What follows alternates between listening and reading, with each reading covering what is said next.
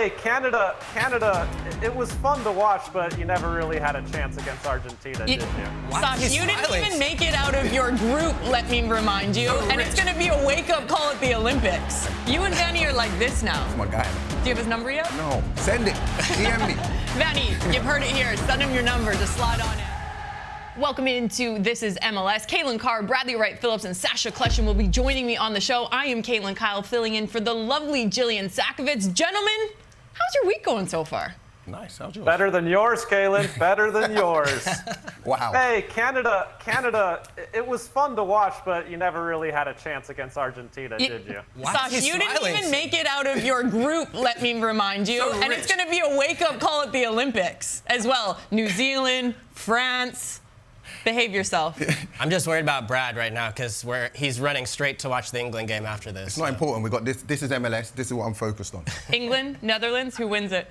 It's a silly question. We stumble over the line. They win in penalties. All right, let's get straight into it. It's got a massive show. The most competitive supporter shield race I think that we've ever seen right now. 6 teams currently: Cincinnati, Miami, LAFC, Real Salt Lake, Galaxy, and Columbus, all sitting in for that title for the supporter shield, the best team in regular season. A huge game happening this week as LAFC taking on the Columbus Crew. So Sasha, for you, looking at both of these sides, both LAFC and Columbus, which one has the better shot at lifting that supporter shield? It's LAFC for me, and it's because they finished runners-up last season, but I think they are better now than they were last year when they made it to MLS Cup. I look at the midfield, and I think Eddie Atuesta is an upgrade over Kellen Acosta, who started in MLS Cup. And also the center back pairing of Aaron Long and Jesus Murillo now is just on a roll. In the 12 games that since Aaron Long came back from injury, the team's got 11 wins and 1 draw, and they've only given up 6 goals in those 12 games. So this is all that to say before Olivier Giroud arrives, which also will complement Denny Bouanga and Mati Bogusz in attack. I think LAFC is just on a roll right now. They're in the zone. All their home games, you almost step on the field knowing they're going to take home the 3 points. So I really can't wait to watch this matchup this weekend, but I think LAFC has the edge going for the supporter shield this season. I'm going to toss this one to you, B. You've played on both of these sides, so no sitting on that white picket fence that you love to sit on. I was almost going to sit on the fence. You can't. Okay, tough decision for me, but I'm going to say the Crew. I think the Crew right now are playing the best football. They got the best goals against record in the league. I think that's a great place to start from. They got one of the best strikers here in Cucho Hernandez getting goals. I don't think he stops. I don't think he slows down. Diego Rossi joining in, Ramirez joining in, getting goals. I just think for me, the next 3 games are really important though. They go away to LAFC, which is going to be a hard game. I'm wondering if Nancy just thinks maybe we go there for a point and then they play, I think, Philly and Charlotte maybe after that, and they go and get the wins there. But this little break before the All-Stars is very big for them. They need to ideally get 7 points. I love that you said Wilfred Nancy maybe going for the point. You know that's never happening. Looking at the Columbus Supporter Shield status, currently in 6, 2 games in hand over FC Cincinnati, 3 games in hand over Inter Miami, and games remaining LAFC, Miami, and Cincinnati. So a very difficult stretch heading into the All-Star break and the League's Cup. Kaylin, for you, looking at the Supporter Shield race, who catches your eye? I think this is the best race we've seen in MLS history, and I think your guys' teams with Red Bull were going maybe 1-on-1 against Atlanta United. And what I like about this was that it's 6 teams. There's 6 teams that are still in the fight for it. It's insane to me that Columbus Crew are even in the conversation with the way that they had to go all the way to the CONCACAF Champions Cup final. And now we're still fighting for the Supporter Shield. So full marks to them. LAFC right in the mix, of course, but I'm going with FC Cincinnati. That's the team for me to defend their Supporter Shield title. And, for me, it's because you can do it in a lot of different ways. This team can do it defensively. I understand Miles Robinson's going to be gone, but I think most of that's going to come through the Leagues Cup, and then he'll come back. They might sign at that position, but they can outshoot you. They can score goals. They can go into shootouts. They can go defensively do it down the road. They're one of the best teams, 7 wins in a row on the road. And then they have the MVP. There's never been a back-to-back MVP in MLS history, and I think Lucho Acosta is making a real strong case for it. If they win the Supporter Shield, for me, it has to be Lucho's award to win. Nobody has ever done what we're seeing him do. 10 goals, 17 assists. He might break Carlos Valderrama's all-time assist title. Maybe even pass Sasha Kleshin along the way. Oh, don't say that. but he's just been that good. It's not maybe. Lucho Acosta will pass my 20 assists probably this weekend. Cincinnati is in the driver's seat for the Supporter Shield for sure, and it's the way that they've been playing. But now Pat Noonan has to figure out ways to kind of shuffle his lineup. Luckily for him, he has such a versatile team. We saw Luca Orellano, normally a wingback, play as a dual 10 next to Lucho Acosta last week and was phenomenal. Yuya Kubo has been starting up front some games, but we also have seen him play wingback in the past. Now he really needs DeAndre Yedlin and Alvis Powell, two versatile defenders that can play wingback but also center back. They have to step up in this moment in order for Cincinnati to continue this role before the All-Star break. FC Cincinnati, reigning Supporter Shield winners, taking on Charlotte this weekend. For Dean Smith's men in Charlotte, he's come in, got rid of 2 DPs as soon as he came in. He's completely transformed this team defensively. But what do they do offensively, BWP? Right now, they're relying on Patrick Agyeman, which is a great young striker. He can play in behind. He's strong, holds up the ball well. But if Charlotte are going to take this serious and be considered for anything serious in terms of silverware, they need to add a 9, because I don't think it's fair to put that much pressure on Agyeman to go and get the goals and be putting in DP numbers. It's not fair on him. He should be learning his trade right now. And then you add a number 10. I know Karol Swiderski is coming back, but I don't know how big his role is going to be in this side, because it's a team that Dean Smith has built and made very difficult to beat. The structure's everything for them. So I don't know if Swiderski fits into that. But if they add a 9 and they got a real classy 10, I'll start taking this team really serious. Speaking of Karol Swiderski, sent out on loan, he will be back after that July 18th transfer window for Charlotte FC, so does add maybe a little bit more in the attack. Huge game, though, coming up. Portland taking on RSL. And some breaking news earlier this week with Diego Luna. He's been unbelievable for RSL. 10 goals, 15 assists in 56 career Major League Soccer matches, signed in 2021, and just 1 cap for the U.S. men's national team. He got the snub, though, for the Olympic roster after having an incredible season with RSL. So looking at Diego Luna, Sasha, I mean, you've played on the U.S. men's national team. You went to the Olympics. How does he deal with this snub just to keep motivated in league play? Well, I think he has to use that as motivation. I personally went through the same thing in 2010 and 2014. I was not selected for the World Cup after playing and qualifying for both those tournaments, and I used it as motivation to further my career. There's always going to be coaches who don't select you for tournaments. It's just the reality of international soccer. It's not a meritocracy. He probably deserves to be there with how well he's been playing, but if he just doesn't fit in with what Marko Mitrovic thinks is best for the team at the Olympics, then he's not going to make the cut. So how does he react? And after 1 week, I could say he's reacting really well. He has a goal and 3 assists in his first game back. MLS Player of the Week. He has stepped up to the plate time and time again for Real Salt Lake this season. And I'm really excited to watch him grow as a player. And I hope that this is not a defining moment in his career, but just a little bit of a roadblock, because I want to see what he can do over the next 2 years. Listen, in terms of Luna not going to the Olympics, to me is wild. Yep. I was lucky enough to work MLS Next Pro. I see a lot of young players. Every Saturday on 360 and Wrap Up, we see young American players. How he's not in the squad, I don't understand. For me, it seems like it may be something personal, because who's playing better than him right now in this country at his age, in that position? There's no one. So I just wanted to get a little piece in there, because I feel like Diego Luna should have been on that plane. I agree, and I think his reaction to Sasha's point almost proves why he should have been on the team. And that's what I love about this guy is his character, his personality, and in a big tournament, that's a piece you want to bring. You want somebody maybe to come in and change a game off the bench, and I love the fact that he reacted, took that chip on his shoulder. I know there's some conversation about, oh, should you show up as an alternate? And I think his attitude of like, no, you pick me for the team or I'm going to keep doing my business. I really like that about him, and a little bit of that edge, I think, suits the team for Real Salt Lake, that personality that they have, but also for Luna, for me, such an immense talent. It's really hard to understand how he's not on that plane to Paris. We saw him come into life. Was it the U20 World Cup? U20. He was unbelievable in that, and this is where he got his chance. He carried that on, played for Salt Lake, and he hasn't looked back. It's just so strange to me. I got to be honest, I was selected for the 2012, won bronze, and in 2016 they asked me to come as an alternate, and I said no, and people thought I was crazy. But I was like, look, I'm going to focus on my club. I just got traded to Orlando Pride, the new team with Alex Morgan, and yeah. Anyway, so respect to you, Diego Luna. You've had an unbelievable season. They will be taking on a flying Portland side with Phil Neville's men. Now, Portland, all the questions around their DP and if they are elite enough in order to be Shield contenders or MLS Cup. B? No. I think they have a classy attack. It's almost like two teams. Jonathan Rodriguez, Evander, Mora, Moreno, they're all playing well, playing out their skin. This is what you'd want from an attacking four or trio, whatever it is. Defensively, not good enough though. I find it difficult to say they're going to go and climb over a Vancouver or a Colorado. I just don't see it. But they're exciting to watch right now going forward. Kalen, there's rumors around But Portland. Brad, Sorry, go on, Sash. In a playoff matchup with the production you get out of those three DPs, Mora, Rodriguez, and Evander, I don't think there are many teams in the West that want to face that Portland team in the playoffs in a one-off game.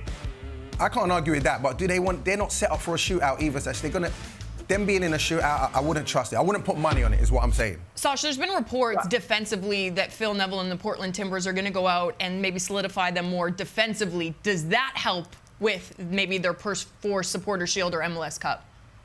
Well, Supporter Shield is out of the question right now. I think there are 6 teams that can win it, and they're not part of that conversation. But MLS Cup, if they add some good centerpieces, specifically center backs that are high-level players, then yeah, it changes the conversation around Portland. Because like I mentioned, the 3 DPs in attack, along with Santi Moreno, it's up there with some of the best in the league. But they have to be able to give up less goals, give up less chances, and try to have more possession. The target for me is top 4. I don't think any team is going to MLS Cup unless you get a top 4 seed. And for me, there's a clear top 3 in the Western Conference with Salt Lake, LAFC, and the Galaxy. And that 4th spot for me is completely up for grabs. It could be Vancouver, it could be Portland, it could be a number of teams that I think could really climb that table. And I would put Portland right up in there. But I think, yes, they have those 3 guys on 10 goals already. That's the only team in the league that has that type of diversity in the attack. But that balance is what's been missing. So if they need to use this window to try to address that. A big game happening for Portland as they welcome RSL. RSL currently tied for points in the top in the Western Conference with LA Galaxy and LAFC. But stick with us because we got much more coming up after the break, including Colorado taking on the New York Red Bulls. Welcome back to This Is MLS. Kalen Kyle, Bradley Wright-Phillips, Kalen Carr, and Sasha Kleshin. Big games happening this weekend on match day 26. Colorado taking on the New York Red Bulls. For Colorado, currently 4th in the Western Conference, sitting on 11 wins already this season. But news broke earlier this week that Djordje Mihailovic will be going to the Olympics. How does Colorado cope without him? Because he's been a key player, Sash. Well, they've got to replace him by committee, in my opinion. That means everybody else in the attack has to step up. Cole Bassett will slide into that number 10 role from his box-to-box midfield role, and he can fill in well. He's not the exact same player as Djordje Mihailovic, but he filled in well last week. He got a goal, and Colorado got the win. He's capable of setting up plays in the final third, of finishing plays in the final third. But when I say by committee, that means Navajo in attack, Cabral on the wings, Omir Fernandez, who slides into the midfield as well. They all have to step up to create chances, to be hard to play against. All the same things they've been doing this season. But when the game gets tough, Djordje Mihailovic is the one that gets on the ball, that has courage and the bravery to set up plays in the final third. Everyone else has to step up for the time being. One really important part of that is Chris Armas as well with Colorado and just how good he's been at managing these players both on and off the pitch and filling the void. Jumping to the next game, though, FC Dallas taking on LA Galaxy. For LA Galaxy, 4 straight wins, then lost the derby against LAFC, but coming off a 2-1 win against Minnesota United. How close, Sasha, are the Galaxy to playing their best? Well, we've seen a lot of really good moments this year from the LA Galaxy. They've been fantastic. They had a very impressive win against Minnesota. And when I say impressive, they didn't play very well, but they still got the win. And that's important because that's the sign of a good team. Ricky Puig had 2 fantastic second assists, setting up plays for the Galaxy. And Gabriel Peck has been on fire, getting both of the goals. He really took some time to get into his form with the Galaxy, but now he has been absolutely on a roll when he plays on that right side and cuts inside on the left. It's been fantastic. I think the level of this team and the ceiling for this team is very, very high. I think they added really good pieces in the outside backs. Mickey Yamane has been good, and Julian Aude, now in his second season, has been very good as well. And John McCarthy in the back also has been very underrated this season. So I think the ceiling for this team is pretty high. I'd have to agree with Sash. I think we've seen them play very well this season. We've seen the front three put on performances that, have won them games. My question for the Galaxy is their best, is their ceiling good enough in a one-off game to beat LAFC? We saw that last week it wasn't. Is it good enough to beat a Columbus Crew in the final? For me, no, it's not at the moment. So the best... Why is that? What piece are they missing, you think, then? Take them from maybe good to great? Defensively. Defensively, if they're playing against some really good strikers, really good attacking pieces that are stubborn at the back, I don't see them getting over that hurdle. The one thing for me is I don't think we've seen their front three or their big three play their best together yet. I think we've seen at times Paintsill absolutely flying, and then we've seen Ricky Puig in and out a little bit, and then right now Peck has just been insane, the way he's going at players one-on-one, scoring goals. But then Paintsill's kind of dropped off, and Peck had yet to emerge at this point. So for me, seeing the three of these guys in concert together is the next level, the next progression for LA. FC Dallas taking on LA Galaxy. Oops, sorry, Sash. I was going to say, I wonder if Joseph Paintsill is starting to feel a little bit of fatigue. Let's remember that he played pretty much 5 straight months for Genk in Belgium before he came straight into starting another season. I did the exact same thing in 2015, and by the playoffs, I was dead. And so I think maybe Greg Vanney can manage Paintsill now over the summer, especially through Leagues Cup, to maybe get him breaks here and there, especially when you have Peck playing so well and Diego Fagundes playing so well. So maybe Paintsill gets a couple of games where he gets some rest, that by the playoffs, you see all the front four firing on all cylinders. If only there was another winger or attacker that was maybe linked with coming there. Marco Royce. Marco Royce might not be a bad addition stepping into that, and you can start to shift the pieces around the table a little bit more. Big transfer window coming up, July 18th, so LA Galaxy, keep your eye on them. Also keep your eye on Seattle. Seattle taking on Austin this coming weekend, and for Seattle, they haven't lost in their last 5 games, and 4 of those being wins. BWP, are they back? No. There's a lot of no's from you today, because I have to be honest. I would love to get who they played in the last few games. The run they've had, listen, you have to beat who's in front of you. But if you're telling me they're back to what? To what we saw from Seattle down the years, winning MLS Cup, Supporters Shield, whatever it may be. No, they're not there. I think they're too inconsistent, and the running they had with the wins, the teams are not big enough. All right. Throw New England in there. Go on. New England, Chicago, FC Dallas, then they drew 2-2 against Houston, and then a 2-0 win over Minnesota United. No, beating those teams, and no disrespect, they're not teams that are having amazing seasons. When they start beating the bigger teams, then I can say they're back. I would say Jordan Morris is definitely back. He is. He's been flying. They needed a dynamic piece. That's been the one part for me. And then the next question also is Pedro de la Vega. Yeah. He's come off the bench the last 2 games, but only in limited minutes. They'd had to be careful with his injury history. But if you can add him as another dynamic piece, I don't know, Brad. You might have to answer to this. No, I won't have to. They'll be better. They'll be better than they've been. They are not back. The Seattle I come into the league scene, that was a force to be reckoned with. This is not that. All right, another team that is maybe looking a little bit better. Austin making some signings this summer. These are the confirmed signings that are coming to Austin. I mean, coming from top teams as well. You have Dessler, Bukhari as well. If they hit these summer signings, will we see kind of what we saw in the first season of Austin? I don't think so. I don't think that's possible at this point. But what I do think is maybe something a little bit more realistic. And I know that's not always popular as a sports take to have, but it was so much boom and bust for them. That first year they were flying and best team in the world, and then they were at the very bottom in the cellar. And so for me, making the playoffs is key. If they can get, I don't think that top 4 is attainable, but between 4 to 8, or maybe avoiding that play-in game would be a realistic goal for them. But I think these pieces can definitely help. And the biggest piece is the Ghanaian winger coming in on that right flank. I think to be able to give them some direct play in behind. We've seen Hodder Obrian, what he's been able to bring. So Bukhari coming in could give them something else on the other flank to have that balance and some threat in behind, because we know how good they are on the ball, but that dynamic piece I think has been missing. Lots of question marks around Austin, Seattle. That game happening this coming weekend. Another game coming. New England Revolution taking on Orlando. For Orlando, 3 wins out of their last 4 matches, and most recently coming off a 5-0 thrashing against DC United. Kaká was in the stands, so maybe that had something to do with it. They were trying to impress him. What is with the turnaround, Sasha, with Orlando? Or can we call it a turnaround yet? It's a mini turnaround, but I think it's all due to the consistent formation and lineup that Orlando has been playing. They've reverted back to their 4-2-3-1 formation that they played almost all of last season. And at the base of that 4-2-3-1 is Cartagena and Araujo, the 2 box-to-box midfielders.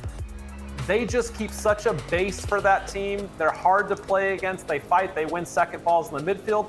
That puts Ojeda as the number 10 in good spots, and Facundo Torres playing off the right in his preferred position where he can cut in on his left foot, and Duncan Maguire as the lone striker is where he's best as well. Nico Lodero had filled in a few times as a box-to-box midfielder. He's not that. He's a natural number 10 who's past his prime, so he's useful off the bench. But because this team has gotten back to what made them good last season, I know Oscar Pereira had to shuffle a lot of things this season because of injuries and suspensions and guys missing to international duty all through the beginning of the year. They finally found a consistent formation that works for them again, and they're back in the playoff race. And Sash, to your point, I'll make you right. What we saw last season with Orlando was it was very difficult to play against them. Anything you got an advantage over Orlando, you had to work for it. You had to score bangers. I remember teams only could score really world-class goals against them. The last 3 or 4 games, they've tightened up. Duncan Maguire's on fire, and now we're starting to see the Orlando we saw last year. Is it too late, though?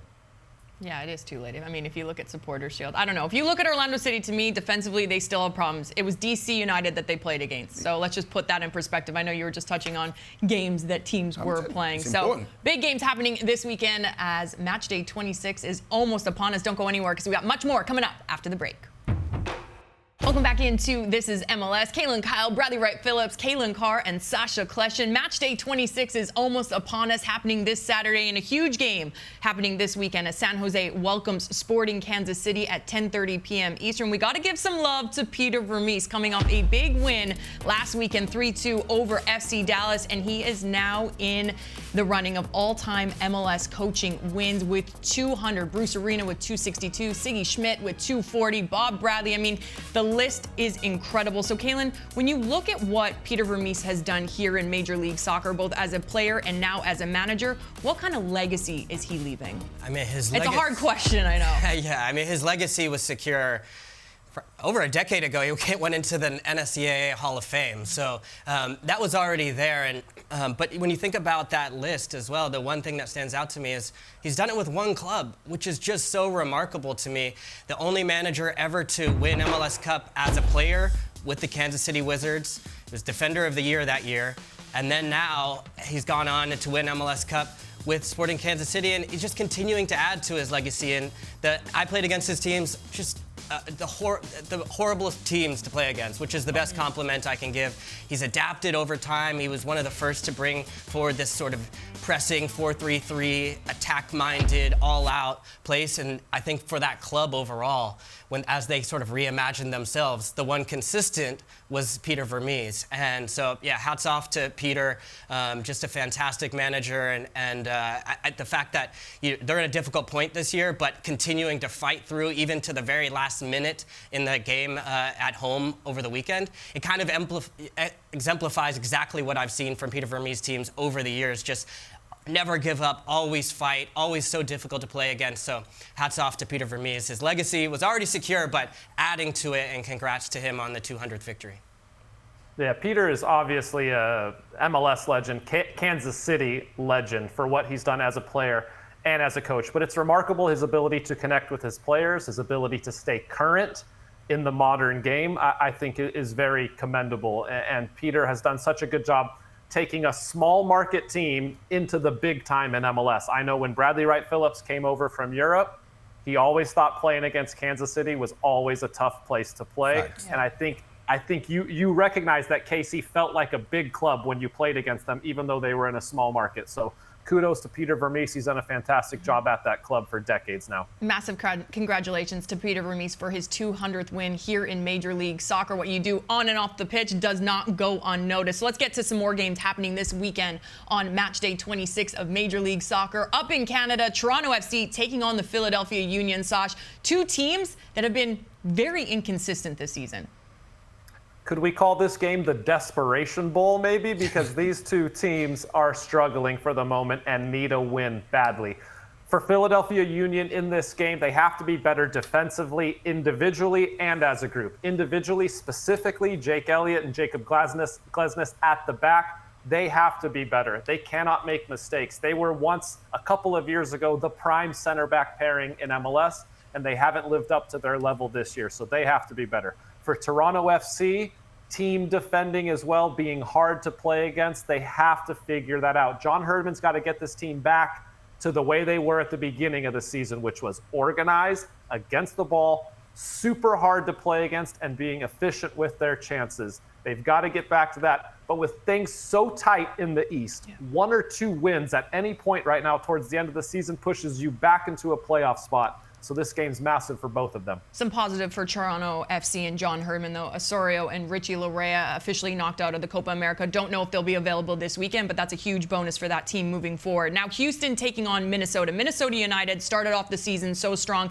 Houston was looking for that goal scorer. Ferreira's come back and has done that job. Kalen, what are you making of this clash? Well, Houston, I think, have a lot to improve on still in looking at this transfer window. Ezekiel Ponce, their DP number 9, will be coming in and finally giving them that centerpiece to focus on the attack. Also rumored to be in for a winger, I believe, from Germany as well. So U22 initiative player. So I'm excited for some of the pieces that are coming to Houston. I think they're doing some good business there. And Minnesota also needs to go out into the transfer window and get some help. They'll be hopefully getting back Taniela O'Shea. We don't know if he's going to be available for this one, but Teemu Pukki got a goal in their last one. That was positive. A bit of a heartbreaking loss on the road at LA Galaxy. And I think for the manager, it's been difficult for Ramsey. It was so good to begin with, and then as you sort of realize with any new manager or any new player, it kind of drops down to earth a little bit, a dose of reality. I think the transfer window will be big because they've lost Arriaga. They've had to really shift and chop and change the pieces for this team, but difficult place to go on the road to Houston here. Houston taking on Minnesota United this Saturday at 8:30 p.m. Eastern. Another game kicking off at 8:30 is St. Louis taking on Vancouver. Yep. For St. Louis, it's been a very difficult season. Interim manager Bradley Carnell has been fired from that job. And for Vancouver, it's almost like we're screaming out that we need to see more for them in order to be a top 4 contender. It's 2 teams looking at the league through complete different lenses. You said it, Bradley Carnell parts ways. Well, St. Louis part ways with Bradley Carnell. John Hackworth is in now, and he'll feel like he's in an interview. And that might help the players. I think the players will have that new coach bounce. Every player feels like they're on trial. They have to put in performances for contracts and to get into the side. But then you go to Vancouver, and it's a team that haven't lost in 3. They lost their way a little bit. Maybe a few weeks ago, they lost their way, but they're back. Brian White, Ryan Gold playing out of their skin. They will go into this match thinking they should win and maybe try and secure a full spot. I spoke to Vanni Sartini in Montreal last weekend. He said he owes you a bottle of wine for this good commentary. I'm ready. You can send it to me for the celebration of England getting to the final, Vanni. You and Vanni are like this now. That's my guy, man. Do you have his number yet? No. Send it. DM me. Vanni, you've heard it here. Send him your number. Just slide on in. Welcome back into This Is MLS. Kaylin Kyle, Bradley Wright Phillips, Kaylin Carr, and Sasha Kleshin. Now, July 18th is officially the summer transfer window. It opens. So let's get to Major League Soccer. Which team hinges on this summer transfer line? Sasha, let's start with you. Which team do you have your eyes on? I think it's Atlanta United. They have to go out and spend big money this summer. Now, remember, they've made about $40 million guaranteed selling players this summer. Yakumakis goes to Mexico. Thiago Almada goes for over $20 million. And now Caleb Wiley's to Europe for another 10, 11 million. So they've got $40 million to spend. Here's how I would spend that money this summer. Memphis Depay is a free striker right now. Atlanta United, go out and get Memphis Depay. That's a starting number 9. He's 30 years old, available on a free transfer. You're not going to recoup any money in the transfer market on that, but he's guaranteed to get you goals. But you have to pair him with a good, young number 10. Go out and buy Giovanni Reyna from Borussia Dortmund. Bring him back home. Let him be the centerpiece of Atlanta United for the next 2 years leading up to the World Cup. He needs playing time. He will get you assists. He will set up plays. If you put those 2 together on Atlanta United and they can find their way back into the playoff picture, I don't think anybody in the East will want to see Atlanta United with those 2 in a playoff matchup because they're both game winners. And then eventually, after the 2026 World Cup, when Giovanni Reyna blows up, you can sell him back to Europe. It's a win-win. Spending other people's money is easy. Hey, Sash, I can't lie. I'd watch that team. That sounds like an exciting team. Whether it will happen or not, I don't know. For me, I'm going to go with my beloved New York Red Bulls. I think they defend well. They're very difficult to play against. If you add a senior striker, one that's proven, a proven goal scorer that can bring along the likes of Manuel, Elias Manuel, Dante Van Zier, just add some goals in there now. I think they got whatever it takes at the moment. to maybe get some silverware in maybe MLS Cup, a decent Supporters Shield run, but I think they just need a striker, senior striker. Shock that BWP is I never go with Red New York Bull. Rebel. I never go with Red Bull. I never talk about Red Bull. Brad, okay, If you Brad. add a striker to that team, though, I think we're an older striker. They're cooking with gas. Go on, They're Sash. still fourth. They're still fourth best in the East if you add a striker to that team. But does that not give you a chance at the Shield or the MLS Cup? No. Shield, no. Shield What do you mean race it doesn't? Shield race is over. You Shield think they're race, just going okay, to add a MLS striker? Cup gives you a chance. MLS Cup, it gives you a chance. Very slim chance. Depending how Slimmer Emil than when- Forsberg comes back from injury, because he is out 4 to 6 weeks with an injury, which is a huge loss for the New York Red Bulls. Kalen Carr, who are you going with? Wait, but isn't that all that matters for Red Bull is MLS Cup? Who cares about the Supporter Shield? No offense to you guys, because Supporter Shield you is guys important. have got a number of them, but it's really the goal for that club. It's really just about Cup. So I think pushing the chips in to go for somebody for Cup makes sense. I'm also still trying to digest the take from Sasha here around Giovanni Reyna to Atlanta United in this transfer window, which, by the way, you guys just pass over that? That's Well, going no, to it's set the because internet BWP ablaze. jumped in. I would be I wanted to excited go watch back it. to him. I'll Yeah. be excited to watch that too. That's all you had to say. Can he be that person for that job, though, Sash? Can he have that pressure on his shoulders at Atlanta United? Arthur Blank, we know that he's going to spend the money there. Yeah. He always has. That's proven. But is he actually the player to push Atlanta United for And the Sasha, Supporters do you Shield? think it's the best thing for his career, for Yeah. his development, and for 2026 World Cup, more importantly? Right now, I think it is, because then he would play week in and week out. We saw him not getting minutes at Dortmund, then going on loan to Nottingham Forest, didn't really get enough minutes there. This way, he plays week in and week out for 2 years straight, shows how good he is in MLS, and makes a transfer back to Europe at 23 years old after the 2026 World Cup. I think it's a no-brainer. It's going to cost Atlanta United some money, but I think it would be really good for him personally. And we've seen what he's done with the national team. The kid has quality. I'd be concerned about that, just partly because they don't have a full-time manager yet appointment. And for his development right now, I think having a really experienced manager, I agree with getting minutes playing week in, week out, but I'm not sure that's the right situation, the right platform for him to come in. And from my perspective... Hold on a second. No, I like that. Bradley is loving this like right it. now, Sasha, in studio, because Kalen's going, and Brad's like, yes, it's Shut him. not me. He shut you down, so let's hear Caleb. No, go ahead. No, I like No, it. Caleb, Yeah, it's your turn now. Okay, all right. And look, you guys are going pie in the sky. Giovanni Reyna coming to Red Bulls are going to sign and win MLS Cup. This is dreamland. I'm going to go instead with something that is real. LAFC and Olivier Giroud in this window. I know we all get excited about the transfer window, what possibilities could come. But this one is happening. We know this is happening, and it's a team that is already in contention, a favorite for every trophy, adding the France all-time leading goal scorer, 57 goals for France. I think he was in the top 5 in Serie A in goals, and he's not just a goal scorer. He fits into the system as far as facilitating, making the players around him better, adding a reference point for Bouanga. We've seen what Kai Kamara can do, but it takes a little pressure off him. Now he's a threat late in games off the bench, and this team buzzing, I can't see a way. It's really hard for me to imagine them not lifting a trophy with Sash, Olivier Giroud added to this team. This man's picking someone that's already here. He signed on the dotted Transfer line. window. Who's One of the best this European season? strikers He's already who've gone here. with Don't Olivier get- Giroud and LAFC right So now. we're going against a team that's already gotten their work I'm done. asking you what transfer What would you window like that to they need to see? sign. Oh, who they're going to add something to? It's already done for LAFC. They've made their choice instead of everyone else who's just waiting and waiting and waiting. They've He's got it already dialed here. in. I think Inter Miami with Leo Messi, game changer. Game changer. All right, I'm going RSL because if you can buy down Crooks, that gives you another DP spot, the best attacking team in Major League Soccer, the best defensive, one of the best defensive teams in Major League Soccer, and then you have Chicho Arango already on. Why are you smiling at me like that? I'm just Kalen? laughing still because got me Chicho pretty Arango good. already on 17 goals. If you can add another piece to this already unbelievable RSL side, both defensively and offensively, I think this team goes from, I mean, they're tied for first in the West right now, and you look at the Western Conference compared to the Eastern Conference, that to me, potential Supporter Shield and potential MLS Cup. Bring it on, boys. What do you got for me? No, Kalen, you're right. You're right, because what LAFC is doing and how good Galaxy's been. Yes, Salt Lake, they're all tied on points right now. But I think Salt Lake needs to make one more signing to continue to push this forward. And if they can get, in my opinion, a good number 10 to play underneath Chicho Arango, that way then in the attack you have Diego Luna coming off the left, and Andres Gomez playing on the right. That's as dangerous a front four as we've seen in Major League Soccer this season, and it could help put them over the edge, or at least help them contend with Galaxy and LAFC. Are me and Sasha agreeing?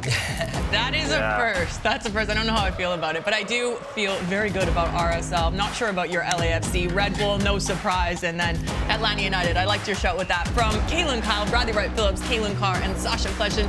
Thank you guys so much for tuning in to This Is MLS. Match day 26 is almost upon us. Happy weekend and have a great rest of your week.